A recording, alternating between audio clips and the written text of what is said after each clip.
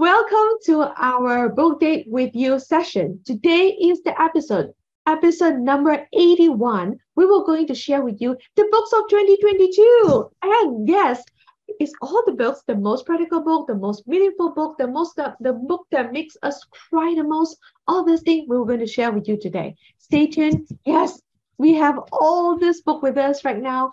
So yes, I'm going to go for the first ever one. It's the most practical book. Goes to you didn't start For first. me, goes to Thrive by, for me, the most practical book goes to Thrive, and it's by Adriana Huffington. And why I say, this book is very useful and practical to me, because practically I can just follow the instructions or the direction insights and just feel that I can use it every day. And the book is about life is not just about accumulations of wealth and fame or whatever that materialistic things, but it's accumulations of connections, connectivities, and contributions, And on these books, she said about there's 4 things that you must focus, which is well-beings, wisdom, wonder, and giving.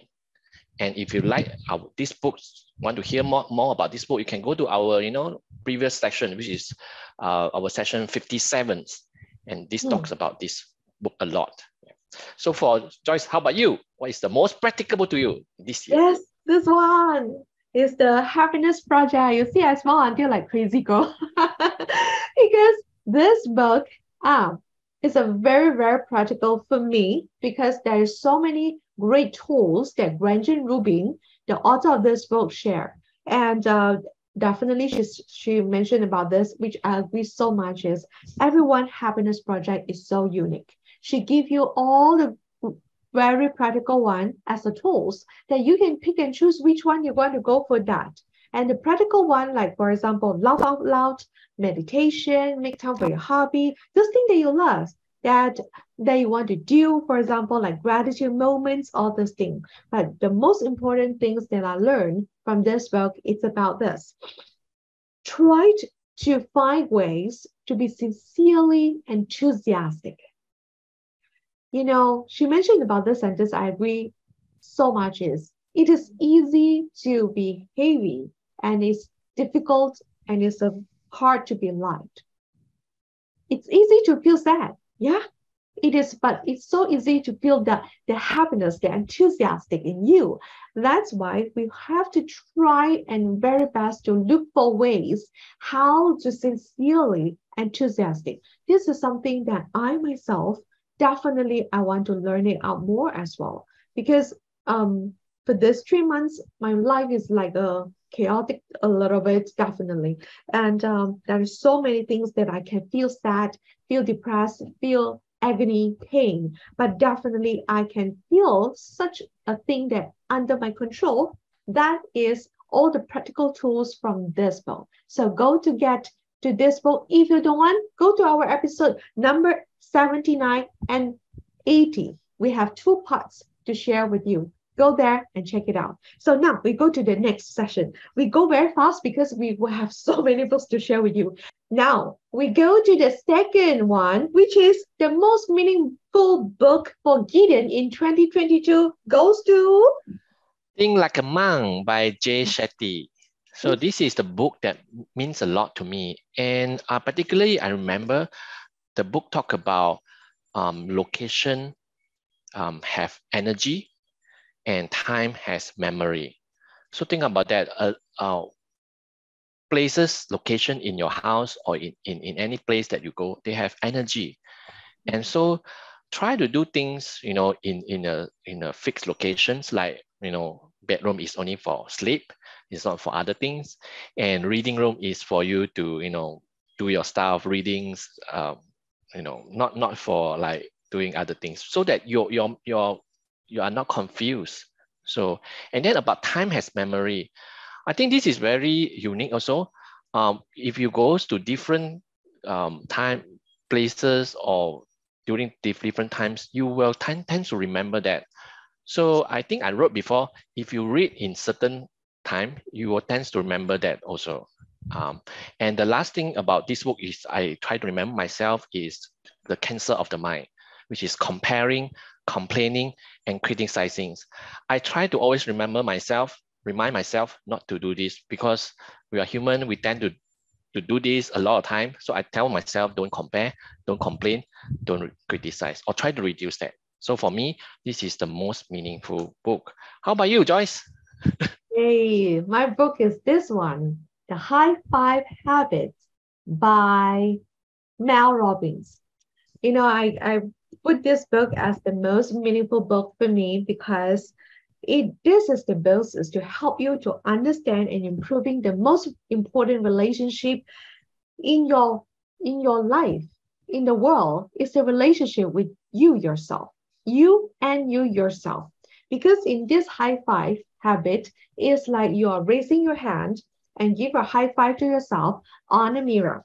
And I tell you, after I read this book, I've been practicing from the day one until now without fail. It's like my habit every single morning. When I see myself in the mirror, I will do a big high five because this is the connection of you to yourself.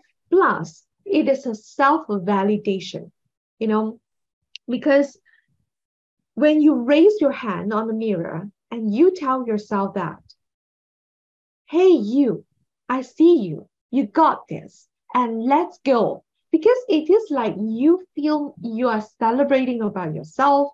You start to know yourself more because how you see yourself is how you see the world. That's the reason why I feel like this is the most meaningful book that I read this year. And I really encourage you to go because when you practice that simple little things, it's not about this gesture. It is about the self-validation. And it's about you snap yourself in the present moment. You feel more grounded. So much. Yeah. Let's go for the third one, which is the book that makes you cry most. I hope that I don't cry later when I talk I about think we that. have the same book, right? Oh, yes. I think Gideon, you share first before, then later I will. Yeah, I think we treasure this book so much until we have three book take session on this one, which is 763, 64, and 65. If you want to read more, just go back to that session. And for me, this book is, I find it very hard to continue reading continuously because it made me cry a lot. Especially the quote that saying that suffering is universal, but victimhood is optional. Suffering, there's no way. I mean, the book talk about there's no way to escape being hurt or being oppressed by other people. There's this, no matter how hard we work, we try, we're going to have pain. We're going to affected by environments, genetic, your environment, or whatever that comes to you, and sometimes we just have little or no control. So, but we can choose whether we want to be a victim or not. Yeah. We all have the capacity to choose. That's also a sentence that I love it so much in the book because this book is to help you to identify your mental prisons and also develop the tools that you need to feel free. You need to be free because it is not about the steel bar, the chain, the lock, the box that prison you. It is the most damaging prison is in our mind. And the key is in our pocket. I told Gideon that this is my favorite sentence of the book. It is actually stated at the back of the book. Yeah. All right. The present is in your mind. The key is in your pocket. Yeah. This few months have been really chaotic and disaster. I feel so much in pain and I feel so much. I want to use this word suffer. Yes, I can use this word suffer. But anyhow, is when I know that I'm in this suffering zone, and I know that I still have the capacity to choose hope. Because I know that when I'm alive, I have the hope we all can choose the hope. So when that's why Edith Eger, right? She shared about this.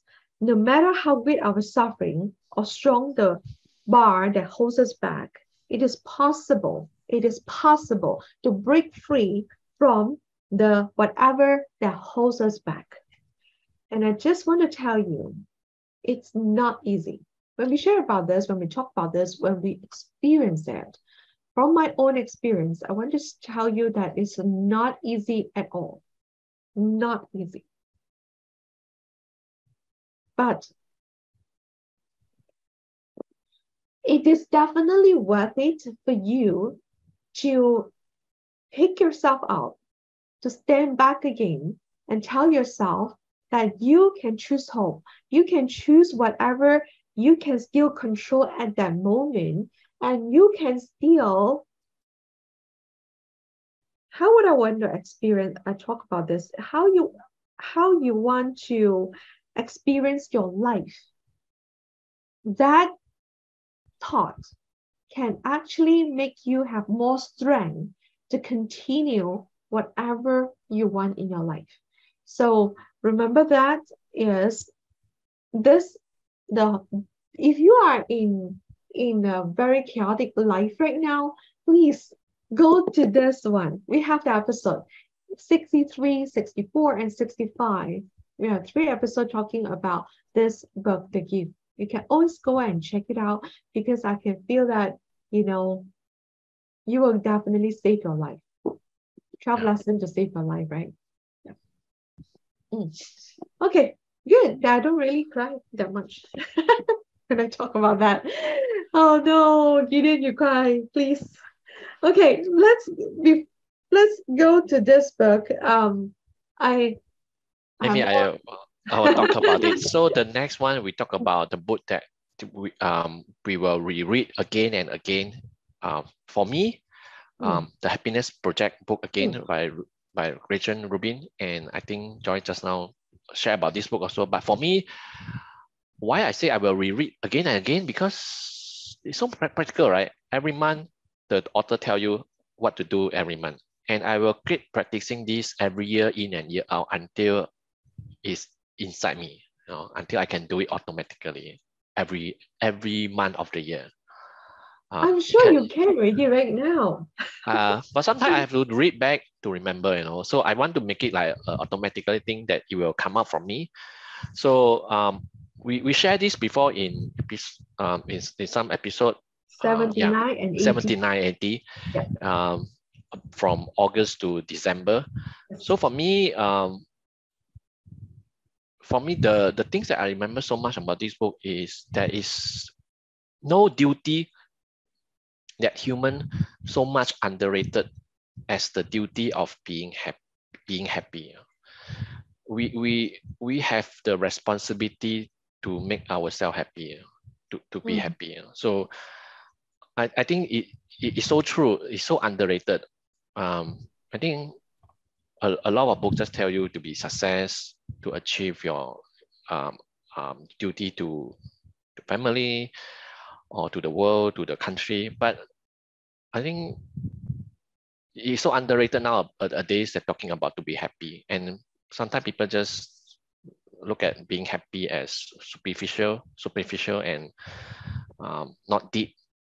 And sometimes people just, take so light. And people who is humorous, who is happy is the most difficult thing to do. So sometimes we think that it's so easy to see people being happy walking around, but it takes effort. It takes effort. So next time if you see a happy person, you must remember it takes effort to be happy. So, and it's your duty, it's your responsibility in this life to be happy. So do whatever you can. Yeah.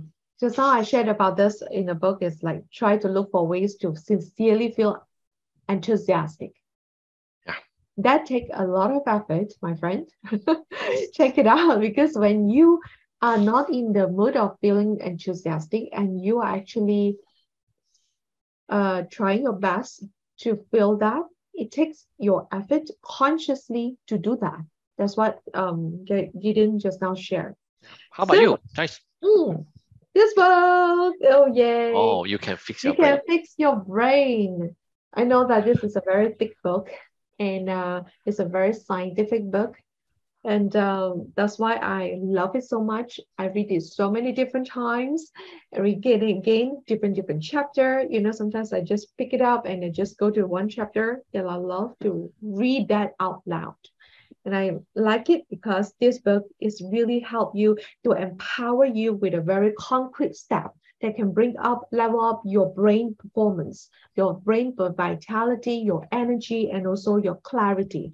That is like so fast. And I want to tell you, I can relate it so much in my life because, you know, I've been practicing healthy eating habits. You all know that. And then my healthy lifestyle kind of for 6, 7 years consecutively, you know. But the recent 3 months, I've been falling off my normal good diet, good practicing lifestyle. Horrible. And I just want to tell you, I can see the difference. It's like I have the previous and right now it's like before and after, right? You can see that. I tell you, I experienced that. My energy, how it shifted, and my face is full of acne. Even right now, still have the acne. All right, the impact is still going on, you know. And then I just want to tell you, my mind is not that focused. It's not that clear. Yeah. So that's why whatever practical concrete steps that Tom O'Barry, sorry, Tom O'Brien, he shared in this book, it's so practical, easy to follow, and definitely can help you to improve your memory. If you have foggy brain, your foggy brain will disappear and you'll feel less tired and your brain performance is definitely will level out. Just me myself practicing this and I myself for all the weekend, I can see the difference right now. It's never been easy, but we can always pay more attention to our body.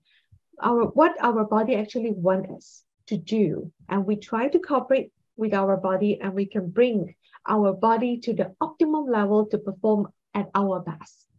Okay, let's go to the book that I don't have, which is the book that's surprisingly good. Gideon, please share yours. I don't have the book with me Mm, because I rented the book, but the book that is surprisingly good to me is the book by Michelle Obama, which is Becoming. And the book, I mean, to be honest, I'm not a fan of autobiography to read a lot of other people's memoir, but this book is surprisingly good. And it especially good to, to people that have self-doubt about themselves, especially if you are different colors or you're black or you are a racist that is biased or minority. And this book talk about how to find your identity, how to find your voice, you know, of and how to help others. And I quote the book: there is power in allowing yourself to be known and heard, mm, in owning your unique story, in using your authentic voice. And there's grace in being willing to know and hear others. This for me is how we become. You know? mm, And for her, every door that is open to her, I mean, she's the wife of the former US President Barack Obama. For every door that is open to her, because she's become the first lady, she tried to open the other door for others and invite others to come in and try to bring out others. And for me, if you are a woman and if you are especially a woman or you are different races and you want to stand out, and you should read this book, and it help you to find your voice and to reduce your self-doubt. I know a lot of people, even like Michelle Obama, she have her own self-doubt, and even though she's the first lady, she also have her self-doubt because of her, she's black.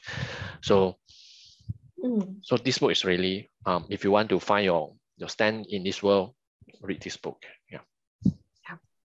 Yeah, for me, I don't have the book to share about surprisingly good. I'm going to share this one. Um, the book that inspired me the most in 2022 is this book, Step In, inspired by the book Lean In by Sheryl Sandberg. The co-author is Krista, who is our friend, Josephine, and also Amy Yamazaki. Yeah. So three of them is a co-author of this book that compile 24 inspiring women's story. It's their life experience, it's their story, their ups and lows. And this all, in the book of all the 24 stories, I really cherish, every single woman that come up and step up themselves and share the important life messages to the world. To put all this in the book, it's never been easy. That's why it really inspired me to do more in my work too, to bring my little voice, my messages, my little, whatever I passionate to do, that I wish that I can do the same as this book, All the Women Inside, Step In. So go and check it out, this book. This book is published by the Penang Women Development Corporation, the PWDC from Penang. So check it out, called Step In. So I know, Gideon, you have to share your most inspired 2022 book. Oh, yes. Yeah, for me is Everyday Hero Manifesto by Robin Sharma. And I think a lot of people know him, and he wrote very well. And he especially he's a lawyer, former lawyer, and he's know how to write well. And even the first sentence in the book already shocked me a lot.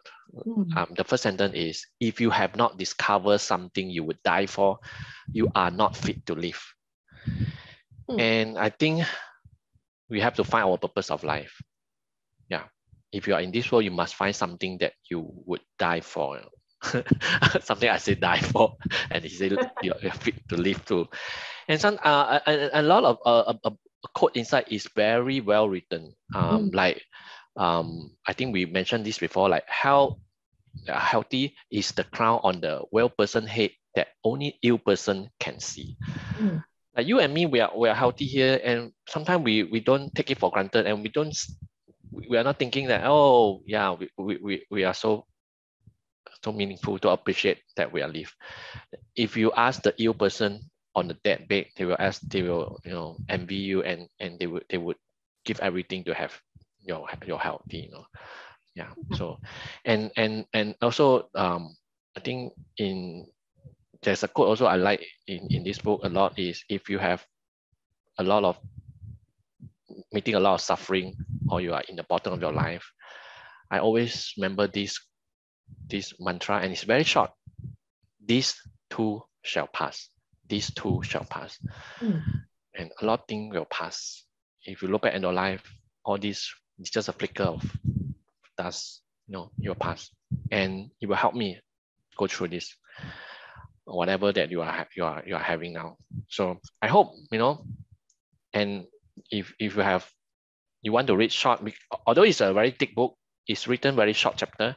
You can read it every day. Just read one short chapter, and it will help you to go past a lot of difficult things in life. Yeah. So that's it for 2022.